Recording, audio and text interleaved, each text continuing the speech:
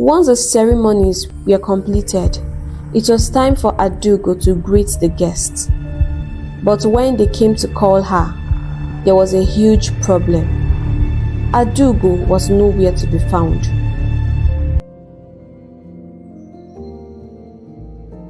Once upon a time, in a far-off, enchanting part of the East, there was a lovely little village named Obu. This village was not just any ordinary place. It was a delightful slice of paradise that seemed to capture the hearts of everyone who visited. The sun would shine brightly down upon Obu, lighting up the village in a warm golden glow that made everything look magical. The villagers of Obu were known far and wide for their joyful spirits and boundless energy. Every morning, they would greet each other with big smiles and words of encouragement, making everyone feel loved and welcome. They were a community of hard-working folks, dedicated to their lands and to each other, creating a wonderful environment where everyone helped out. In Obu, the soil was incredibly fertile, almost like it had been blessed by nature itself. The villagers, who were excellent farmers, took great pride in cultivating a variety of crops. They grew cassava, which they turned into delicious dishes that were enjoyed at village feasts. Yams were another staple, big and hearty, which they often shared with their neighbors.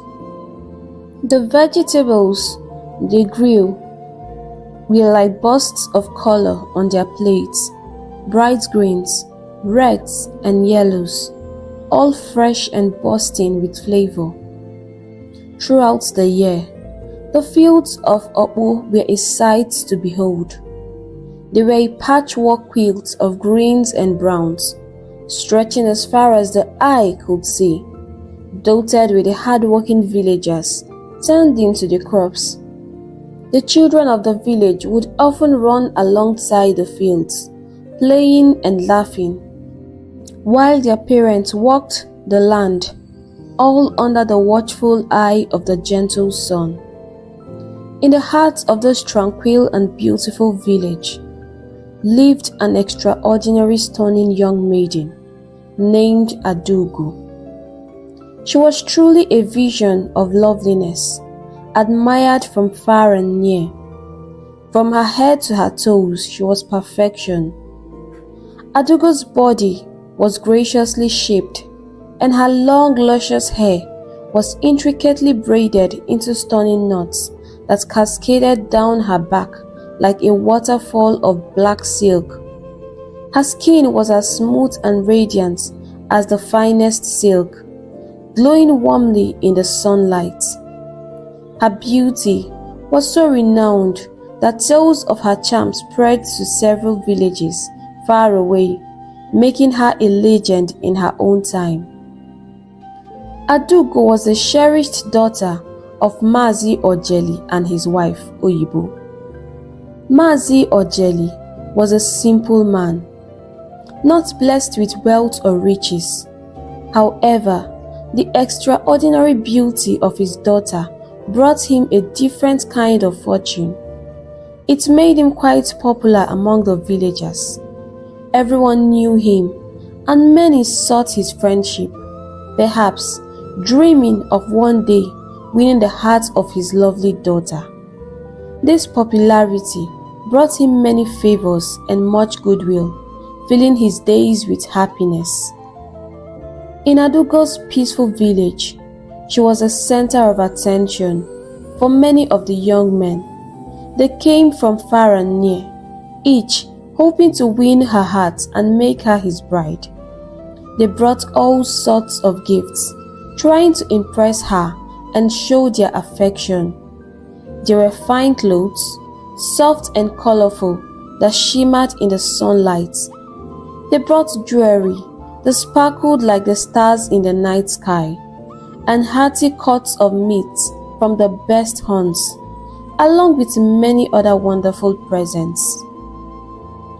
Despite all these tempting offerings, Adugo remained gracious but firm in her responses.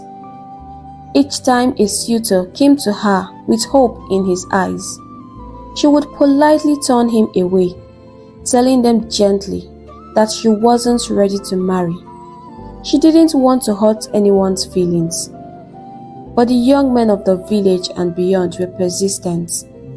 They admired not just Adugo's stunning appearance, but also her serene and respectful demeanor, her calm way of speaking, and her thoughtful actions even made her more desirable. She had a way of making everyone feel heard and important, which only deepened their admiration for her. Adugo was like a rare gem, and her qualities made her the dream of every man. They kept returning, hopeful and dreaming that just maybe one day, Adugo would change her mind and see one of them as her true love. Meanwhile, the reason Adugo kept turning down the offers from the young men of the village wasn't because they weren't good enough. It was because her heart was already given to someone very special. That someone was Azuka, the village fisherman. Azuka was a strikingly handsome young man. He was tall and slim, with a strong build that showed through his simple fisherman's clothes. He moved with the grace of someone who knew the rivers and the seas like the back of his hand. But what really caught everyone's attention was his smile. It was a bright, infectious smile that seemed to light up the whole village. Whenever he smiled, it was almost impossible not to smile back. Azuka was known for his great sense of humor. He loved to tell jokes and funny stories, and he had a knack for making everyone around him burst into laughter. Many of the young girls in the village adored him for his charm and cheerful spirit. Adugo and Azuka had shared a deep bond since they were young teenagers. Back then, they were just discovering what it felt like to care for someone so deeply. They didn't fully understand their feelings at the time, but they knew that there was something special about the way they felt when they were together. As they grew older, this bond only deepened, turning into a profound love. They adored each other immensely, and their connection was built on a strong foundation of shared memories and mutual respect. This deep affection and understanding between Adugo and Azuka was why Adugo could not imagine being with anyone else. Her heart belonged entirely to Azuka, the village fisherman, who had been her companion and greatest support since their youth. As time marched on, suitors continued to come and go, hoping to win Adugo's heart, but she had eyes only for Azuka. They had been together for over 10 years, a couple since their early teenage days. Despite their long relationship, Azuka had never brought up the topic of marriage.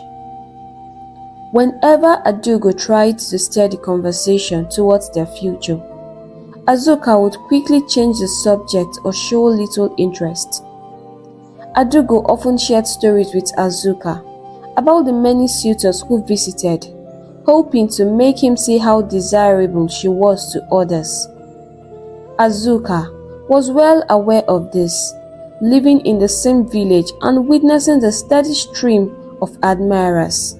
Yet, his usual response was that he wasn't ready. He claimed he needed enough money to maintain her beauty and build his future family. He always asked for her patience, reassuring her that he had her best interest at heart.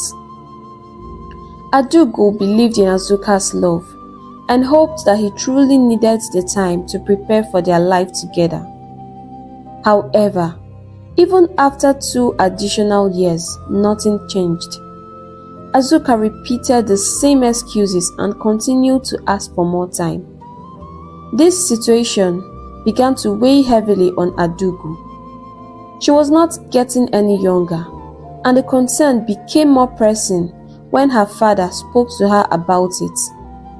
He observed that Azuka didn't seem like a man who was ready to settle down. "You are a woman," her father advised, "and women walk with time.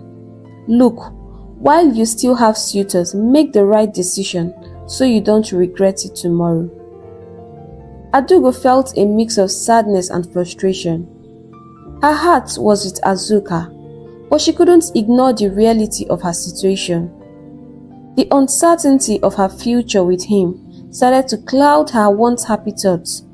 Faced with the need to make a tough decision, Adugo began to reconsider her choices, wondering if waiting for Azuka was truly the right decision. Her father's words echoed in her mind, urging her to think about her own happiness and future. Adugo was growing increasingly frustrated with Azuka's constant excuses. She was aware that time was passing by, and her youth wasn't going to last forever. Her father had voiced his concerns too, pointing out that Azuka didn't seem ready to settle down. She made a tough decision within herself. It was time to shift her focus away from Azuka. She resolved to consider other suitors who were ready and willing to settle down and start a family. One sunny afternoon, her father gave her a task that seemed quite ordinary at the time. She was to deliver some yam seedlings to his friend, Mazi Odemba, as it was the planting season. Mazi Odemba had purchased these seedlings to plant on his farm. When Adugo arrived at Mazi Odemba's home, she discovered that he was still out at his farm. Instead, she was greeted by a very young handsome man who was busy breaking firewood in front of the house. This was the first time she was seeing him, and she couldn't help but notice how handsome he was. The young man greeted her with a warm, inviting smile and spoke to her in such a pleasant manner. After she delivered her father's message, she left, but the encounter stayed in her mind. A few days later, Mazi Odemba visited Adugo's father, Mazi Ojeli. As they sat down and enjoyed a keg of palm wine, Mazi Odemba brought up the meeting between his son and Adugo. "My son has not stopped talking about your daughter since she brought those yam seedlings," he said. "I think he likes her." Curious, Mazi Ojeli leaned in. "Eh? Which of your sons?" "It's Nnamdi, the one who sells clothing material in the city." Mazi Ojeli's eyes widened in surprise. Oh, Nnamdi, you didn't tell me he had returned. He must be doing quite well for himself now." "Yes, he is. He's back to find a wife. His business is thriving and he's ready to settle down. He really likes your daughter, and I promised him I would talk to you about it. But of course, Adugo has the final say."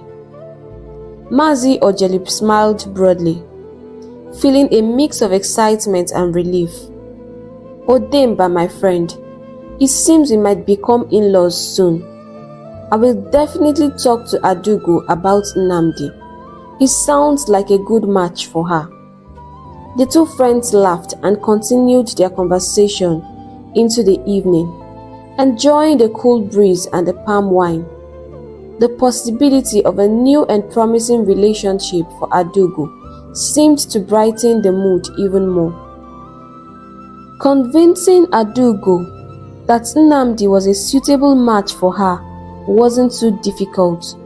especially after hearing her father describe him as a wealthy and hardworking man. Plus, Adugo herself couldn't deny that he was quite handsome.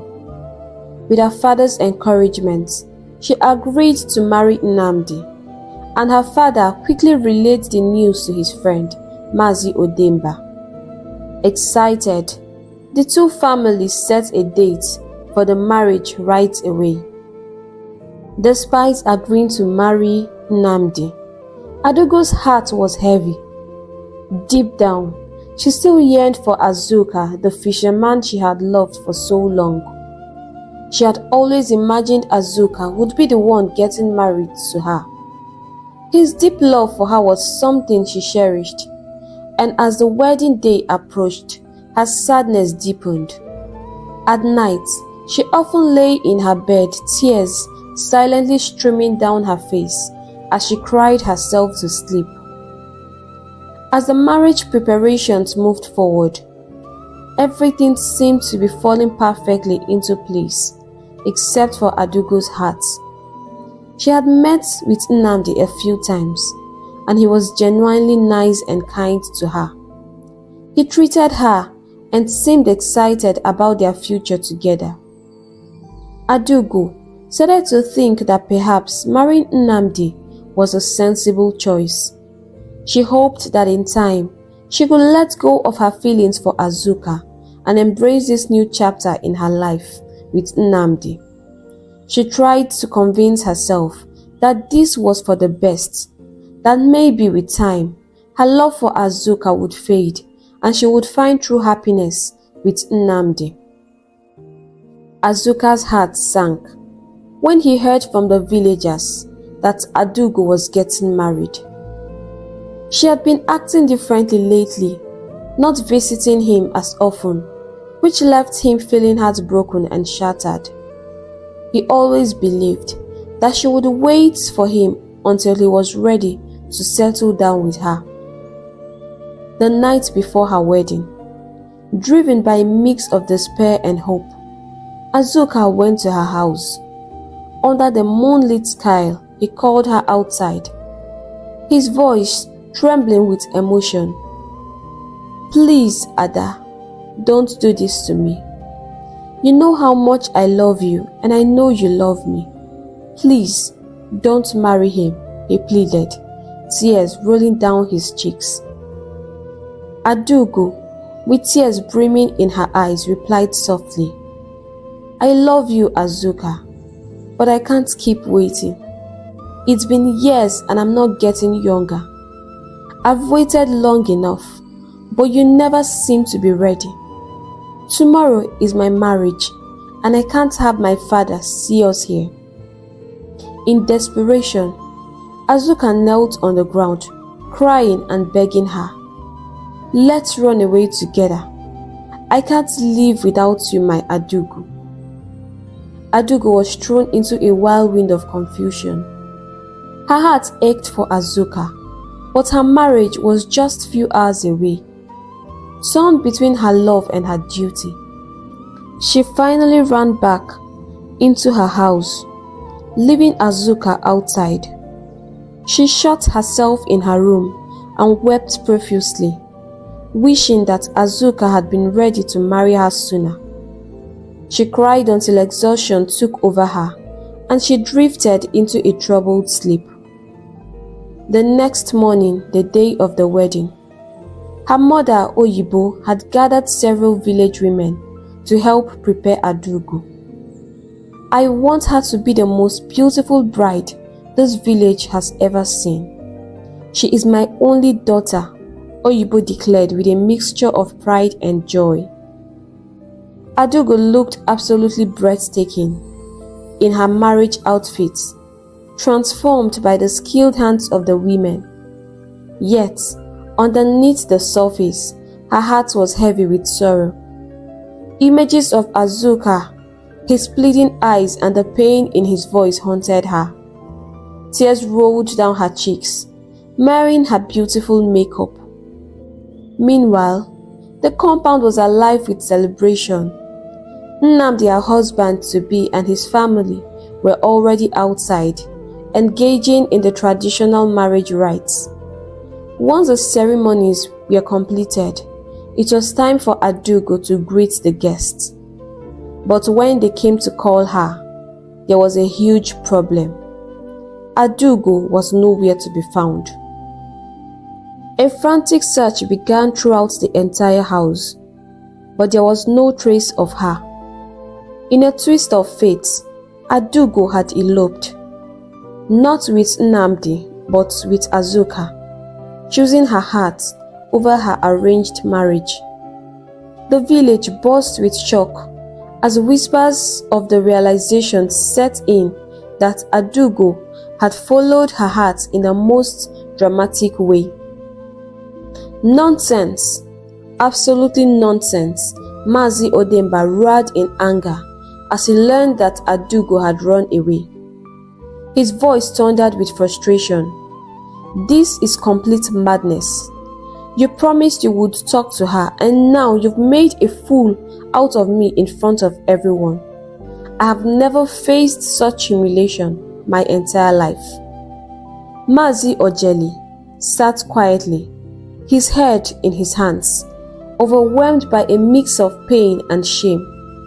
He couldn't understand why Adugo would choose to do this. Hot tears started to well up in his eyes as he pondered over the events. He had talked to her about the marriage. She had seemed to agree willingly, as if she was genuinely interested. Why hadn't she just said no if she felt otherwise? As the reality of the situation sank in, the planned marriage celebration quickly unraveled. The guests who had come to witness a joyous union began to disperse, heading back to their homes with whispers and murmurs of disbelief. The atmosphere was thick with disappointment and embarrassment. It was a significant blow to both Mazi Odemba and Mazi Ojeli. The villagers, always keen on community happenings, would talk about this day for a long time. The failed marriage was not just a personal setback for the families involved. It was a public spectacle that had drawn the attention of the entire village. The shame of this incident weighed heavily on them, knowing their names would be tied to this unforgettable event in the village gossip and tales. Before Azuka left Adugo's house on the night before her wedding, he whispered a heartfelt promise. He told her that if she ever changed her mind about the marriage and decided to be with him instead, he would be waiting for her by the old tree near the river, a place filled with memories of their childhood together. Carrying those words in her heart, it was to that very tree that Adugo fled after slipping away from her house, leaving behind the bustling preparations of her traditional marriage ceremony. The weight of her bridal attire couldn't slow down her steps, fueled by the hope of a different future. As she approached the tree, her heart pounded with a mix of fear and excitement. Azuka's eyes lit up with joy. He had been waiting, though a part of him feared she might not come. Seeing Adugo running towards him confirmed that the love they shared was still strong and true. Azuka's heart soared. He was overwhelmed with happiness, having almost resigned himself to the possibility of losing her forever. With no time to waste, and with hearts full of hope, they ran away together, hand in hand. They headed towards a faraway city, a place where no one knew them, where they could start anew. They embarked on this journey with just the clothes on their backs, leaving behind everything they knew: familiar places, cherished memories, and even their worried parents. In this bustling city, Azuka and Adugo began to build a new life together, fueled by their love and desire never to be apart from each other again. Azuka and Adugo quickly realized that their small stash of money wasn't going to last long. They managed to secure a modest place to stay and had enough to eat for a while. But soon, their funds were completely depleted. Adugo, skilled at braiding hair, decided to turn her talents into a source of income. She hoped it would be enough just to cover their daily meals. Initially, it was tough. She struggled to find customers, and the days were long and discouraging. However, as people began to notice her exceptional braiding skills, her reputation grew. Before long, she had a steady stream of clients.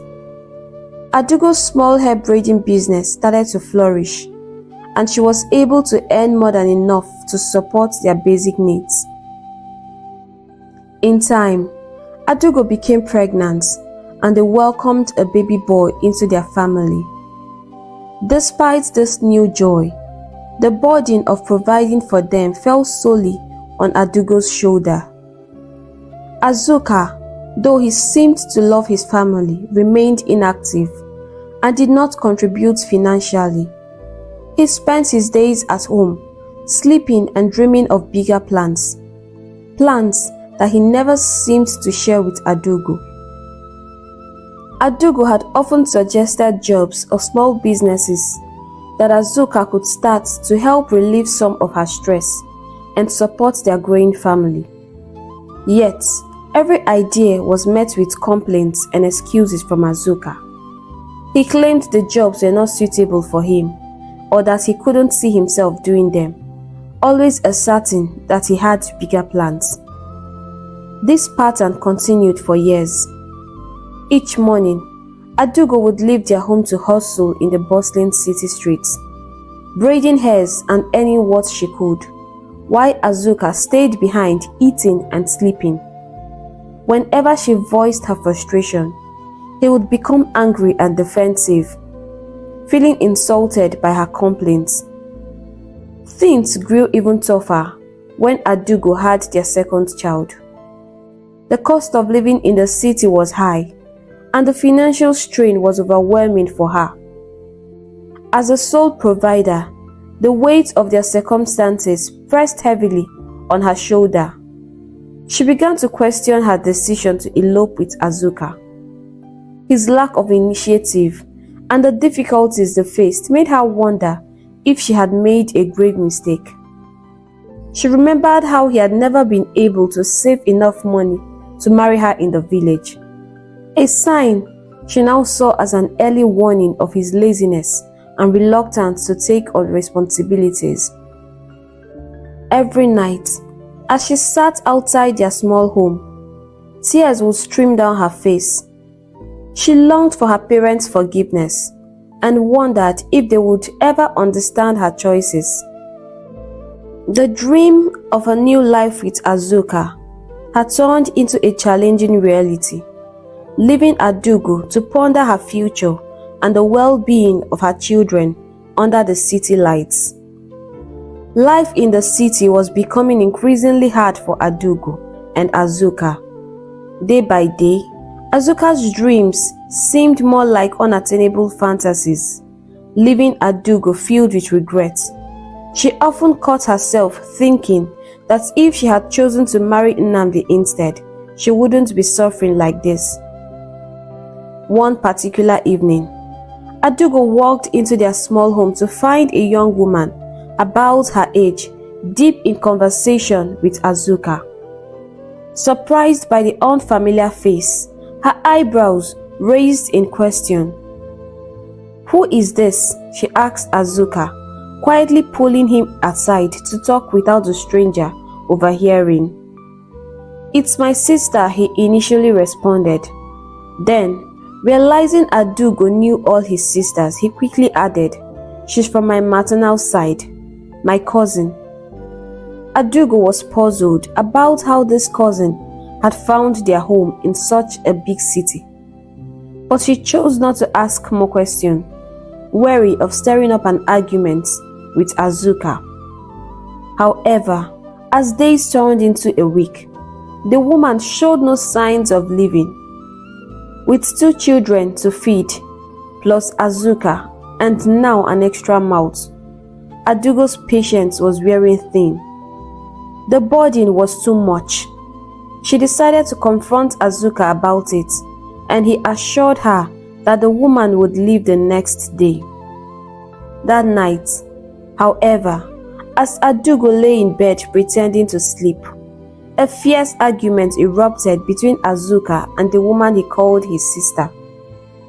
"You can't just abandon me and your children in the village to enjoy life with another woman in the city.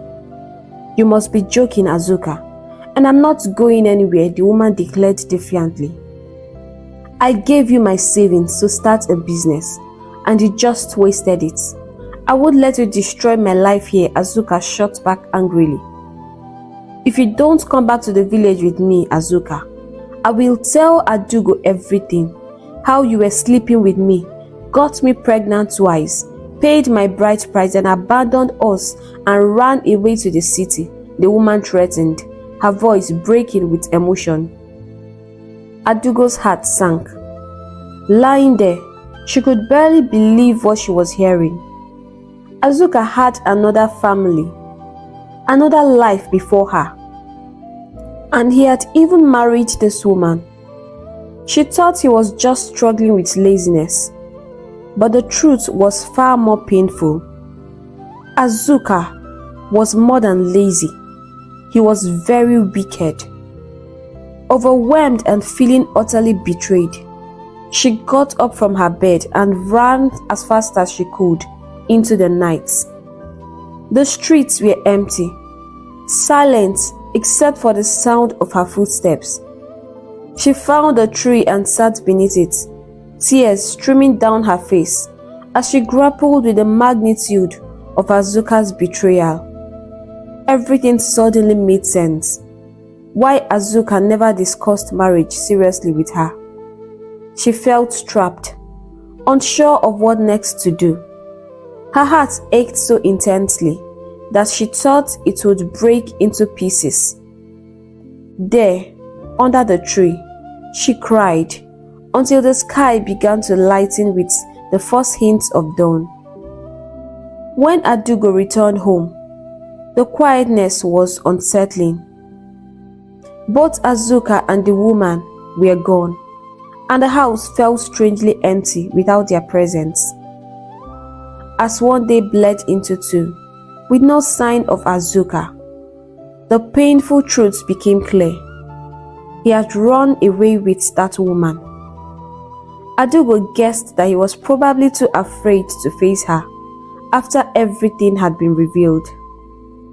Sitting alone in the silence of her now too big home, Adugo felt as if she was watching her life crumble into countless irretrievable pieces. She was shocked and heartbroken. How could Azuka, the man she had loved and trusted, hurt her so deeply? It seemed unbelievable that the person she thought she knew could cause such pain. In the days that followed, the stress and heartbreak took a physical toll on Adugo. She fell ill, becoming so weak that she could barely take care of herself, let alone her young children. Her world, once filled with dreams of a happy family in the city, now seemed bleak and unbearable. As her health deteriorated, Adugo knew she couldn't continue like this. She made the difficult decision to leave the city and return to her village. She hoped that back home, perhaps she could find healing and the strength to rebuild. Adugo planned to seek the forgiveness of her parents, whom she had left behind in her pursuit of love with Azuka. It was a humbling thought to return, not triumphant but broken. With Azuka gone and nothing left for her in the city, Adugo packed the few things she could carry.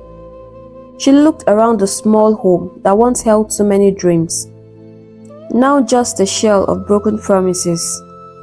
With a heavy heart, she closed the door behind her, ready to face whatever awaited her in the village, hoping she could mend the pieces of her shattered life. Adugo was nervous as she approached her childhood home, uncertain of the reception she would receive. Contrary to her fears, however, her parents' reaction surprised her. Initially, they had been furious about the pain and embarrassment she had caused them by running away. But as time passed without any word from her, their anger softened into concern. They had started to worry deeply about her well-being, wondering if she was safe or even alive, since no one in the village had seen her since she left. As Adugo stepped through the door, her mother, Oyibo, immediately rushed to embrace her.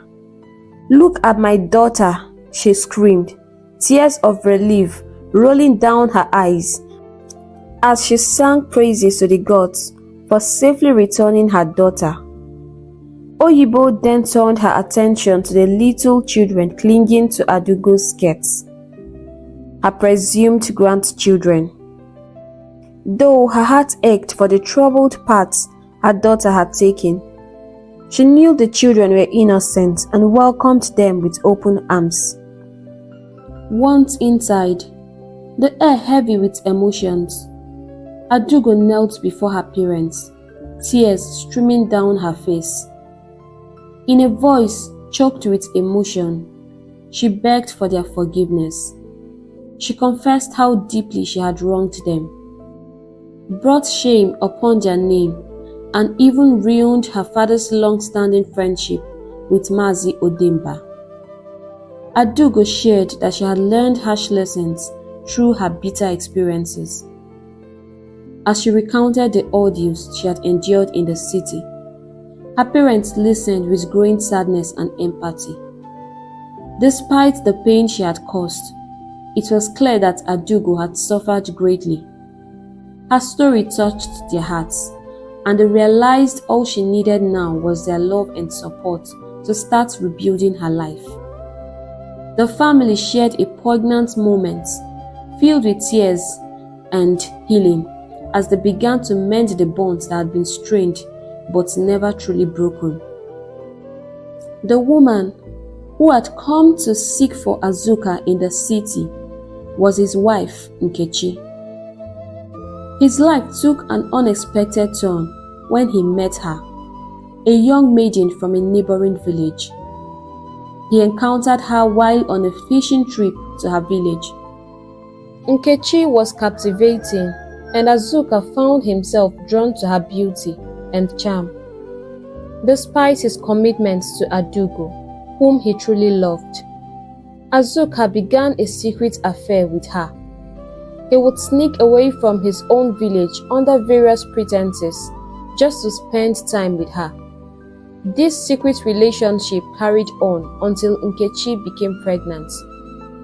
Faced with the consequences of his actions, Azuka was cornered by Nkechi's parents, who insisted that he marry their daughter to uphold her honor and that of their family. With no other options that would allow him to maintain his dignity and that of Nkechi's family, Azuka married her.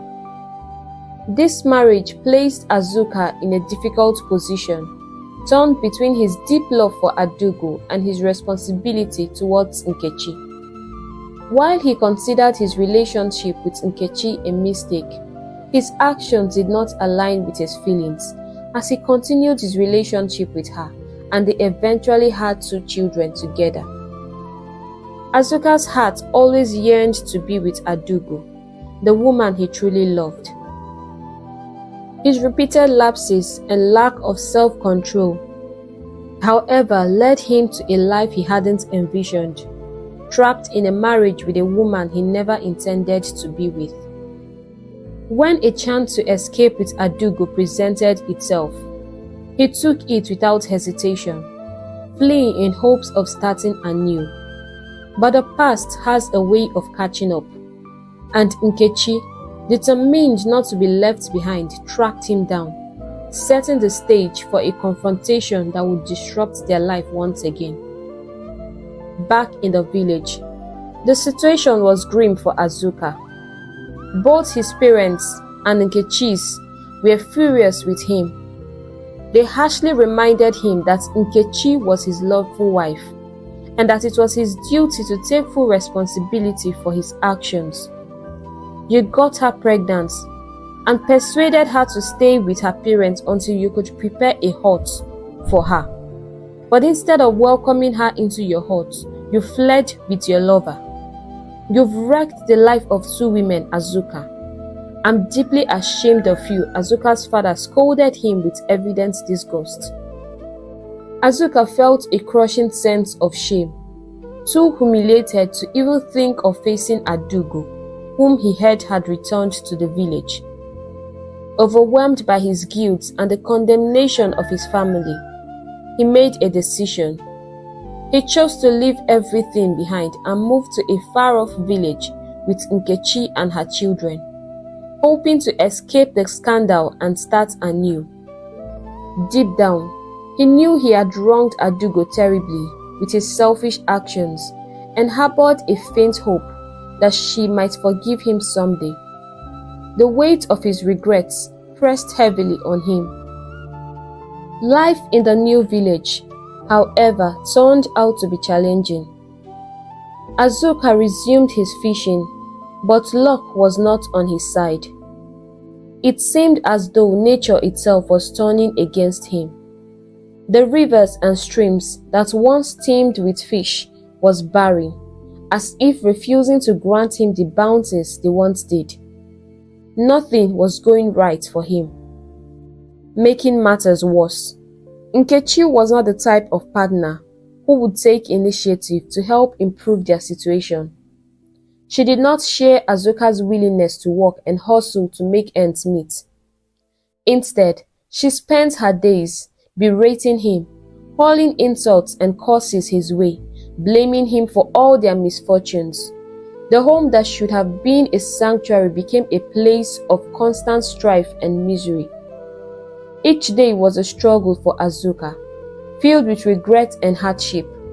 He barely made enough, no matter how hard he tried, to feed his family. As time flew by, he became unrecognizable, suffering written all over him. The harsh words of his wife and the relentless bad luck seemed to confirm his fears that he was being punished for his past deeds. Life became so unbearable that Azuka often found himself wishing for an escape, even if it meant death. His heart ached for relief from the relentless guilt and sorrow that plagued his every moment. Adugo settled back into her village life, continuing her hair-braiding business. On days when she didn't have customers, she helped her aging parents on the farm, tending to the crops and managing the small tasks that had become harder for them over the years. As the years rolled by, Adugo dedicated herself to her family, pouring her love into her children and caring for her parents. The deep wound left by Azuka's betrayal still ached in her heart, and she wasn't ready to trust anyone enough to start a new relationship. Instead, she channeled all her energy into activities that brought joy and satisfaction to her life, finding solace in the simple pleasures of her daily routines. Despite the pain of the past, Adugo held onto a small spark of hope. She wished for the day when she could truly forgive Azuka for everything he had done to her. She dreamed of a time when her heart could heal enough to let someone new in, to experience love once again. But for now, she focused on the happiness of her children and the well-being of her parents, finding strength in their love and the peaceful life she had rebuilt in her village. Hey besties, we've come to the end of this story, and thank you for watching this amazing story. I hope you enjoyed it and learned 1 or 2 lessons. I would like you to share your lessons in the comments section so that we all can learn from it. And if you are yet to subscribe, please go now and hit the subscribe button and turn on your notification bell so that you get notified whenever we post new stories. Thank you for your endless and amazing support and your beautiful comments. They really warm my heart, and I can't express my joy enough. Right now, I have to go, and I'll see you in the next story. Bye!